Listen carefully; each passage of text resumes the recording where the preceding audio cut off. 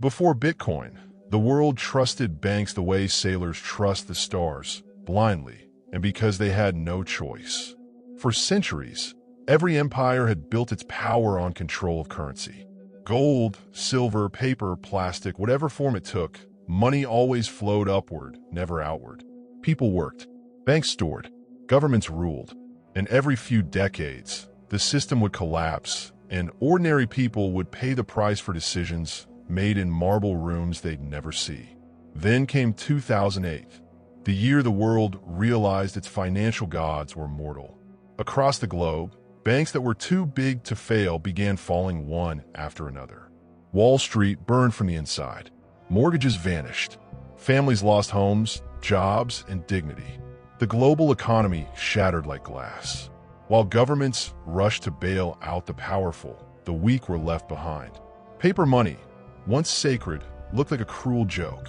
The system that was supposed to protect the people had betrayed them again.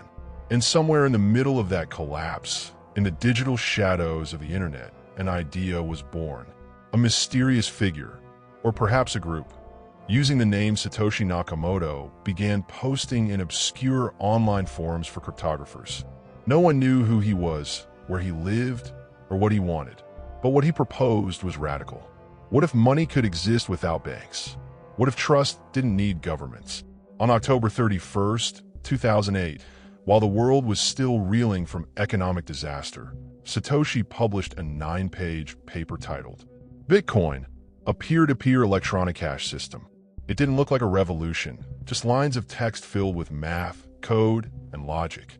But for those who understood it, it was like discovering fire. Satoshi proposed a decentralized currency, one that didn't need a central authority or bank to approve transactions. Instead, it would rely on a network of users, miners, who would verify and record every transaction on a shared public ledger known as the blockchain.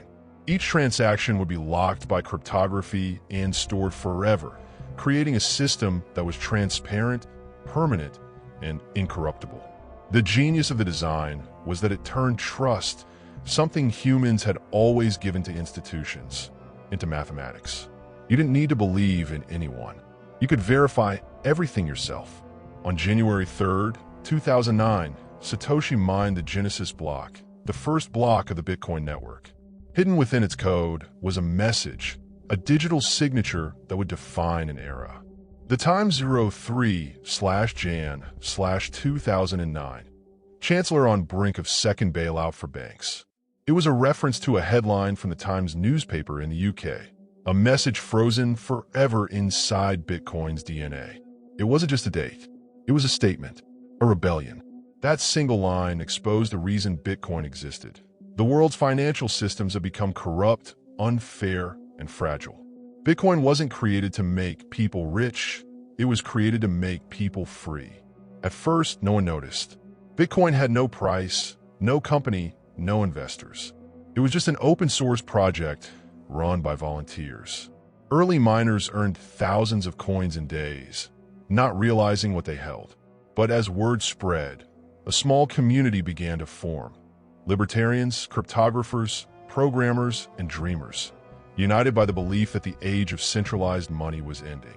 Then, in May 2010, a simple event made history. A programmer named Laszlo Hanyecz offered 10,000 bitcoins in exchange for 2 pizzas. Another user accepted the deal. That day, Bitcoin became real. It wasn't just digital numbers anymore. It could buy something tangible. The world's first cryptocurrency transaction was a box of pizza worth about $40. Years later, those same 10,000 bitcoins would be worth hundreds of millions of dollars. But more importantly, they marked the first crack in the wall of traditional finance. Bitcoin's network kept growing. Each new block added to the chain was a new heartbeat in the life of this digital organism. Unlike banks, it never slept, never closed, never discriminated. Anyone, anywhere could use it. All they needed was an internet connection and belief in code. The early believers weren't investors. They were idealists. They saw Bitcoin as a weapon against financial injustice, a system that gave power back to the individual. No banks, no governments, no borders. But even in those early days, the storm was brewing. Satoshi Nakamoto knew that his invention would eventually threaten the powers that ruled the financial world. And once they noticed, they would fight back. But before that war began, Satoshi did something unexpected. He disappeared. In 2011, after sending a few final messages to other developers, he vanished. No one ever heard from him again. His email went silent. His accounts went dark. His coins, worth billions today, remain untouched. He left behind a living system, one that needed no master, no creator. Bitcoin was free, and its fate now rested in the hands of the world. The birth of Bitcoin wasn't just the beginning of a new currency. It was the beginning of a new idea. That trust could exist without authority, that truth could exist without permission, and that money could exist without control. A silent revolution had begun, and the world hadn't even realized it yet. The rise, struggle, and global expansion of Bitcoin, 1,000 words. When Satoshi Nakamoto disappeared, the world didn't pause. Bitcoin, his strange digital creation, was already alive, pulsing through 1,000 computers scattered across the globe. There was no headquarters, no CEO, no building to burn down. It was everywhere and nowhere at once. At first, Bitcoin was a mystery shared among internet outsiders, coders, libertarians, hackers, and visionaries. They didn't see it as a quick profit scheme. They saw it as freedom written in code. It was the antidote to a century of financial control. The first wave of believers became miners, using their computers to verify transactions and keep the system running. They were rewarded with Bitcoins, not from a company, but from the network itself. It was money that came from pure math, not a printing press. By 2011, Bitcoin began gaining attention beyond underground forums. The price rose from a few cents to $1, and then to $30. For the first time, headlines called it the future of money. But with fame came fear. Governments and banks, the ancient guardians of money, began to stir. They didn't understand Bitcoin, and what people don't understand, they try to control. Regulators called it dangerous. Economists mocked it as a bubble. And criminals began to notice its anonymity. That same year, a dark corner of the internet called Silk Road started using Bitcoin for illegal transactions. For the mainstream world, this became the first major association. Bitcoin equal crime. But that was only one side of the story. While politicians debated its morality, developers kept building. New exchanges appeared, letting people buy and sell Bitcoin more easily. Slowly, the digital currency began escaping the shadows. The first great fall. Then came 2013 to 2014, and with it, Bitcoin's first heartbreak. A major exchange called Mt. Gox, handling over 70% of all Bitcoin trades, suddenly collapsed after losing 850,000 Bitcoins, nearly $500 million at the time. Panic spread. Critics declared Bitcoin dead. Newspapers wrote obituaries for the dream. But the strange thing was, Bitcoin itself didn't die. Its price crashed, yes, but the network kept running flawlessly. No bailout, no central bank, no rescue plan. It just continued. The community rebuilt from ashes. New, more secure exchanges were born. Better wallets appeared. The code improved. Each failure became a lesson, hard-coded into its evolution. And behind the panic, something remarkable happened. For the first time, ordinary people started noticing Bitcoin not as a curiosity, but as a rebellion. The awakening. By 2016, Bitcoin was reborn stronger. Its price began climbing again, fueled by curiosity and frustration. Around the world, people living under corrupt governments and failing economies, from Venezuela to Zimbabwe, turned to Bitcoin as a lifeline. In those places, inflation wasn't an abstract concept. It was a daily nightmare. Savings lost value overnight. Bread prices doubled by morning. In such chaos, Bitcoin wasn't just an investment, it was escape. Then came 2017, the year Bitcoin exploded. The world watched as its price rocketed past $10,000, then $15,000, and finally brushed $20,000. It was no longer just an experiment. It was a global phenomenon. Everyone wanted a piece of it. Wall Street investors, small-town dreamers, tech startups, even celebrities. Suddenly, Bitcoin was on every news channel, every blog, every headline. People called it digital gold. It was volatile, unpredictable, but irresistible. The dream of fast wealth blinded millions. For many, Bitcoin wasn't about revolution anymore. It was about profit. And like every gold rush in history, greed invited chaos. Scams multiplied. Fake ICOs, initial coin offerings, flooded the market. The blockchain world, once pure and idealistic, was now a carnival of speculation. In December 2017, Bitcoin hit nearly $20,000, then crashed back to $3,000 within months. The media mocked it again. The Bitcoin bubble has burst. But deep beneath the surface, something unbreakable remained.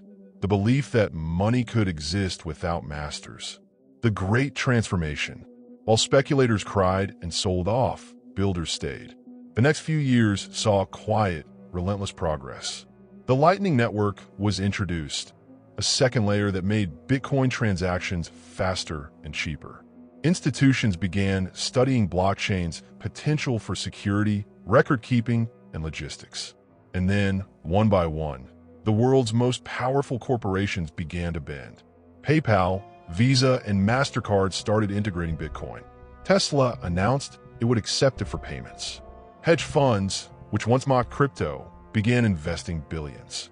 The tide had turned. What began as rebellion was becoming revolution. Even governments, the very entities Bitcoin had challenged, started to reconsider. They realized this wasn't going away. China tried banning mining in 2021, yet miners simply moved to Kazakhstan, to Texas, to anywhere with power and freedom. You can ban a company. You can't ban an idea. The First Nation bows. In 2021, the unimaginable happened. A country adopted Bitcoin as legal tender. El Salvador, a small Central American nation, became the first to do so. Its president, Nayib Bukele, saw Bitcoin not as a gamble, but as liberation. For a country dependent on the US dollar and international loans, Bitcoin offered independence. People could now send and receive money instantly, without middlemen, without massive fees. It was a bold experiment, and the whole world watched. Some mocked, some admired, but no one ignored it. The philosophy spreads. By this point, Bitcoin was more than a currency. It had become an ideology. It questioned the entire architecture of modern finance. The banks, the credit systems, the inflation policies, the very notion of who controls value. Its supporters weren't just traders, they were believers. They saw Bitcoin as a way to build a world where value flowed like information. Free, uncensored, unstoppable. And even its critics had to admit, something irreversible had begun. Bitcoin had outlived every obituary. It had survived crashes, hacks, bans, and wars of words. It had moved from basements to boardrooms, from dark web pages to Wall Street portfolios. The child of rebellion had grown into a global system. Not perfect, not pure, but powerful. It was no longer a question of if Bitcoin would matter. The real question was, how much would it change? The digital revolution and the future of money. By the 2020s, Bitcoin was no longer just an idea whispered among tech circles. It had become a force that entire nations could no longer ignore. What began as a rebellion in code had grown into a global phenomenon, an unstoppable movement rewriting the language of value, trust, and power. It was no longer some internet currency. It was the blueprint of a digital revolution. The world responds. At first, the reaction was confusion, then fear, and finally, acceptance. Governments that once dismissed Bitcoin as a fad began studying it like a threat. Central banks scrambled to understand blockchain, the same technology they had laughed at a decade earlier. They realized something terrifying. For the first time in history, money existed outside their control. To fight back, they began creating their own versions, central bank digital currencies, CBDCs. On the surface, these looked like progress, faster, digital money. But deep down, they were the opposite of Bitcoin's philosophy. CBDCs gave governments more control, not less. Every transaction could be tracked, every wallet monitored, every coin frozen at will. Bitcoin stood as the mirror image, freedom through transparency, privacy through math. It didn't belong to anyone, yet worked for everyone. And this difference became the defining line of the 21st century's financial war. Centralized control versus decentralized freedom. The Great Divide. In countries suffering under inflation or political instability, Bitcoin became a weapon of survival. In Argentina, Turkey, and parts of Africa, people used it to protect their savings from collapsing national currencies. It didn't matter if their governments banned it. The blockchain didn't care about borders. For the wealthy West, Bitcoin became a hedge against inflation, digital gold. For the struggling East, it became hope, digital escape. El Salvador had already taken the leap in 2021. Soon after, other nations began to explore the same idea. Paraguay, the Central African Republic, and even countries in the Middle East began drafting crypto laws. The movement was spreading like wildfire, not through institutions, but through people. Bitcoin didn't need permission to expand. It grew like the internet itself, from the bottom up, the crashes that made it stronger. But this revolution was far from peaceful. Bitcoin's path was littered with betrayal and chaos. The FTX scandal in 2022, one of the biggest collapses in financial history, wiped out billions overnight. The man once hailed as the crypto genius, Sam Bankman-Fried, turned out to be running a fraudulent empire. Millions lost money. The media once again buried Bitcoin's reputation under headlines of greed and deceit. But as always, Bitcoin itself didn't fail. It wasn't the blockchain that lied. It was people who tried to control it. And that's the brutal irony of Bitcoin's journey. Every time humanity's greed breaks the system, the code stands untouched, silent, honest, incorruptible. When exchanges crumble, Bitcoin remains. When markets crash, the blockchain keeps running. When trust disappears, math takes over. That's why, even after every crash, every scandal, every government warning, Bitcoin returns stronger, because the truth behind it never changes. The institutional invasion. By 2024, something extraordinary happened. The same financial giants that once mocked Bitcoin, BlackRock, JP Morgan, Fidelity, began offering Bitcoin ETFs, exchange-traded funds. Wall Street, the very symbol of the old order, now wanted a piece of the revolution it once despised. It was poetic. The empire had bowed to the rebellion. Investors who once called it fake money were now treating it as a serious global asset. Pension funds, hedge funds, and corporate treasuries began holding Bitcoin. What was once a hacker's hobby was now sitting in the vaults of trillion-dollar institutions. Some called it the corporate capture of Bitcoin. Others saw it as evolution. Either way, Bitcoin had gone mainstream, and it wasn't leaving. Beyond currency, the idea of trust. Bitcoin had done more than create a new kind of money. It had changed the way humanity thought about trust.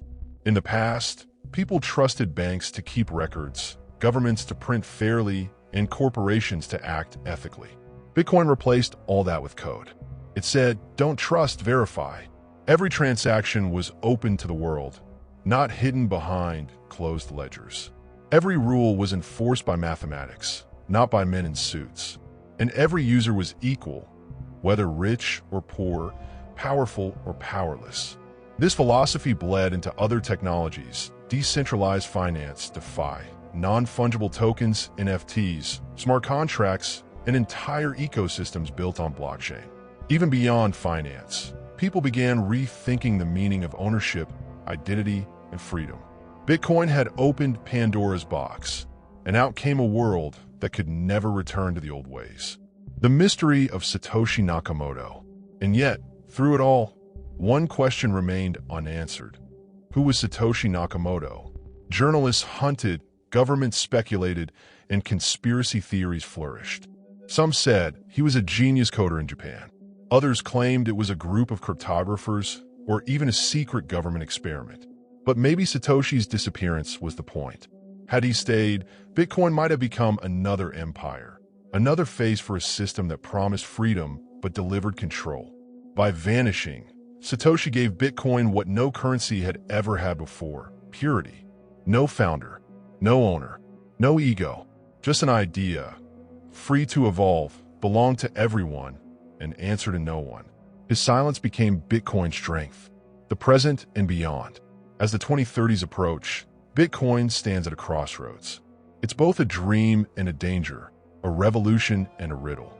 For millions, it represents the hope of financial sovereignty, a system where individuals, not institutions, define value.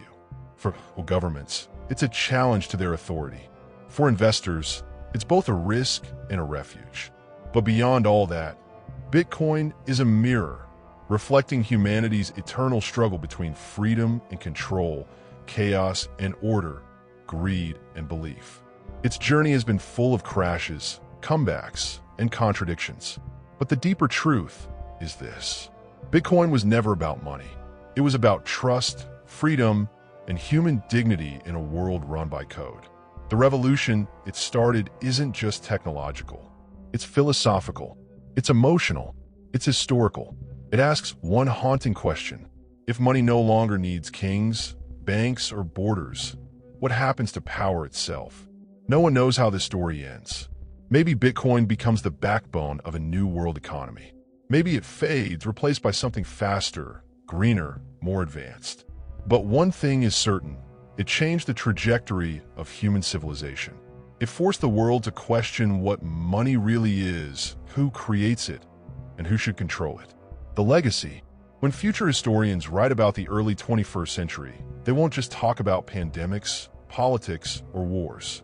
They'll talk about the moment when humanity redefined the meaning of value, when a faceless coder launched a revolution from a laptop and the world never recovered. Bitcoin was the spark that lit the digital age of finance, the rebellion that proved power could exist without permission. Whether it becomes the foundation of tomorrow's economy or remains the symbol of resistance, its legacy is already written, forever recorded, block by block, on a chain that never forgets. And maybe that's what Satoshi wanted all along. Not fame, not wealth, just freedom, immortalized in math.